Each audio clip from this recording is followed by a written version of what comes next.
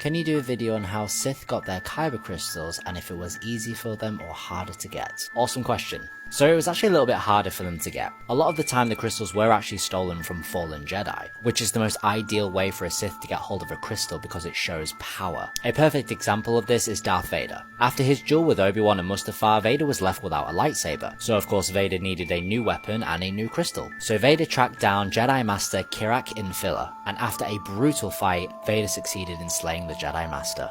Maul, on the other hand, is a slightly different case. Maul already had his Kyber crystal, and once more, Maul had fought Jedi before his appearance in The Phantom Menace, and he had his double-bladed lightsaber. This was most likely gifted to Maul by Sidious in order to keep Maul's presence a secret. Once a Sith or Darkside user acquires a crystal, they start to bleed it. They push all their hate, their anger, fear, and pain into this crystal, to bend it to their will. As Kyber crystals are naturally attuned to the light side of the Force, whenever this happened, the crystal always tried to resist being corrupted.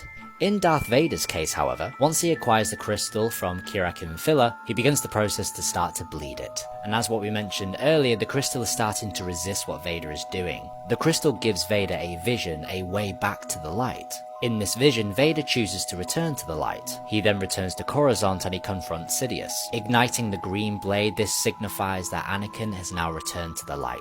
A duel sparks out between Vader and Sidious, and ultimately Vader is the successor. He then leaves Palpatine's dead body behind and leaves Coruscant. Anakin then tracks Obi-Wan down to an unknown planet. Obi-Wan, startled by this, he ignites his lightsaber and sees this dark figure. Anakin then starts to remove his helmet, and he bows in shame before Obi-Wan Kenobi.